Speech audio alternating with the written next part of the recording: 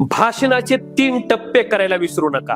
हो, हे 3 टप्पे म्हणजे आकर्षक आणि प्रभावी सुरुवात, मध्ये विषयामध्ये मध्यभागी प्रभावी मुद्दे आणि आकर्षक शेवट.